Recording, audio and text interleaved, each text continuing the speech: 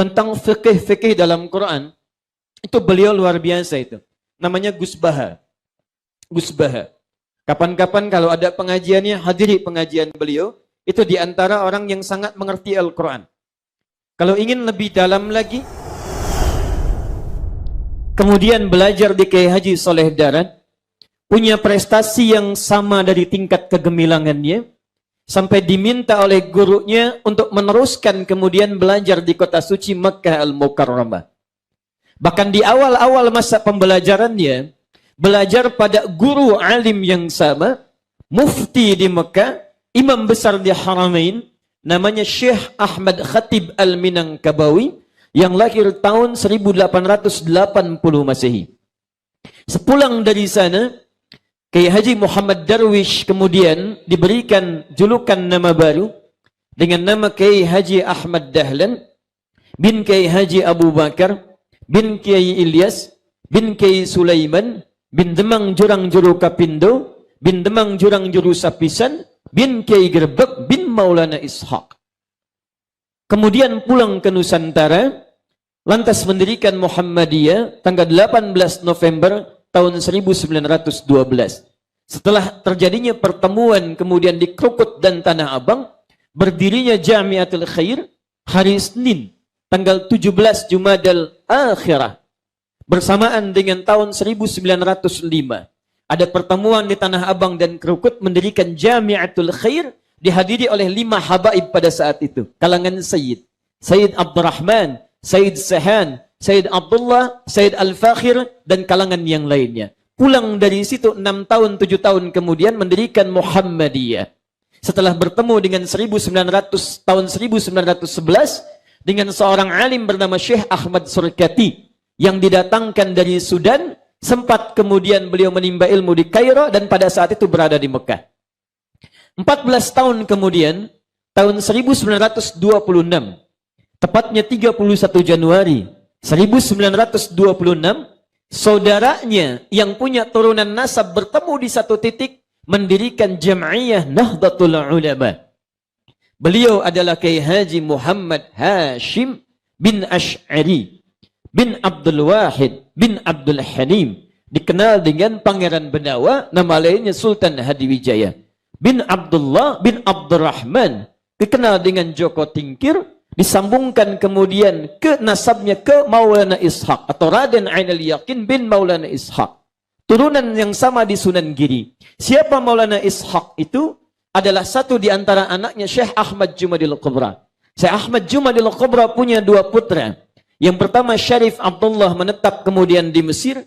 Syarif Abdullah kemudian berhaji ke kota Makkah Al-Mukarramah, bertemu dengan satu anaknya Prabu Siliwangi yang diantar oleh kakaknya pada saat itu, yang dikenal dengan Abdullah Iman, yang saat itu bernama Walang Sungsang. Punya adik yang lahir tahun 1426, diberi nama dengan Syarifah Mudaim. Syarifah Mudaim bertemu dengan Syarif Abdullah, kemudian dinikahkan di Mekah, tidak pulang ke Nusantara, tinggal di Mesir, kemudian melahirkan seorang anak dikenal dengan Syarif Hidayatullah. Syarif Hidayatullah kembali kemudian bertemu kakeknya. Saat bertemu kakeknya diterima di daerah Gunung Jati, diberikan wilayah di sana dikenal dengan Sunan Gunung Jati. Dari Sunan Gunung Jati inilah Bapak dan Ibu sekalian, kalau kita turunkan nanti ada Fathullah. Anak pertamanya Muhammad, anak keduanya perempuan menikah dengan Fathullah. Fathullah dikenal dengan Faletahan, itu yang menaklukkan Jakarta pada saat itu dari Portugis, tanggal 22 Ramadan tahun 933 Hijrah. Bertepatan dengan 22 Juni tahun 1527 Masehi. Sampai sekarang 22 Juni dikenal sebagai hari kelahiran Jakarta. Nah, anak keduanya dikenal dengan Maulana Ishaq. Keduanya adalah anak Syekh Ahmad Jumadil Kubra. Di antara para wali yang menyebarkan risalah Islam sampai ke Nusantara, sampai makamnya dimakamkan di perbatasan dari Semarang ke arah Demak. Kalau Anda dari Semarang, kemudian akan menuju flyover belok ke arah kiri, itu sebelah kirinya ada Masjid Syekh Ahmad Jumadil Kubra. Atasnya ada kubah warnanya emas, ada kemudian di kanannya semacam menara warnanya hijau. Dulu masih ada gerai ATM 3 itu.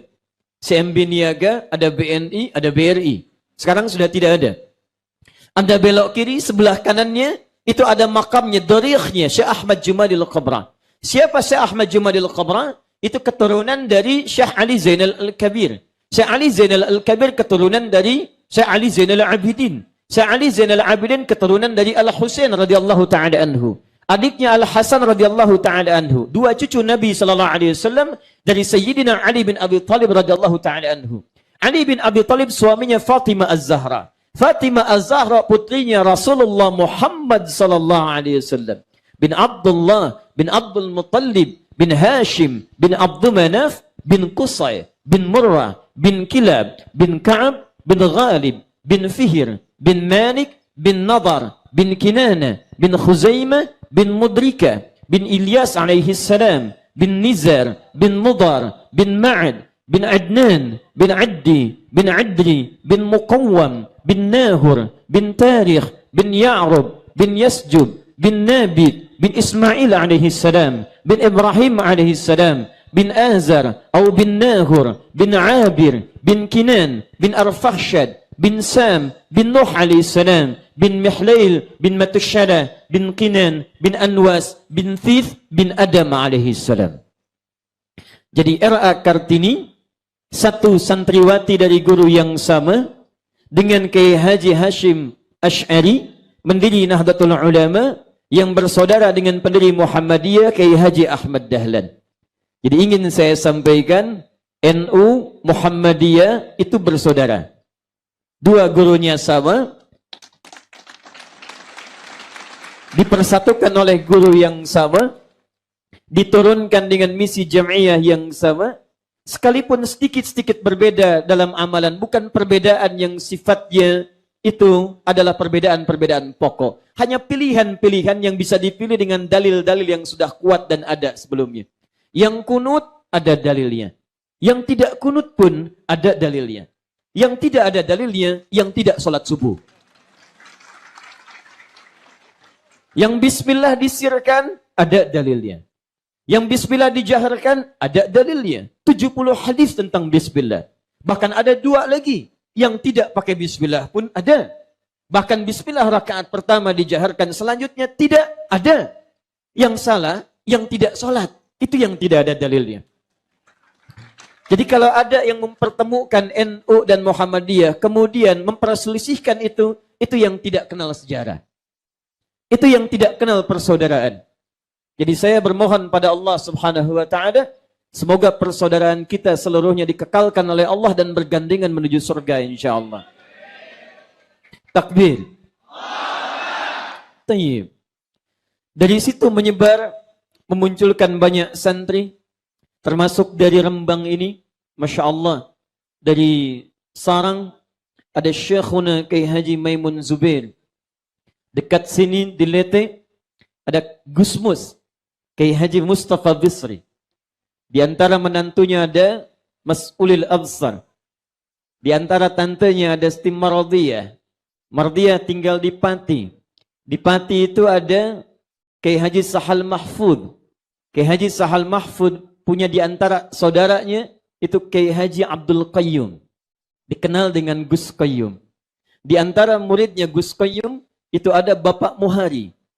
Putrinya Bapak Muhari namanya Sufaira. Suaminya Sufaira itu adalah Adi Hidayat. Baik. Jadi kalau kita urutkan nasabnya lagi, insya Allah saya pun bersaudara dengan Bapak Ibu sekalian di sini.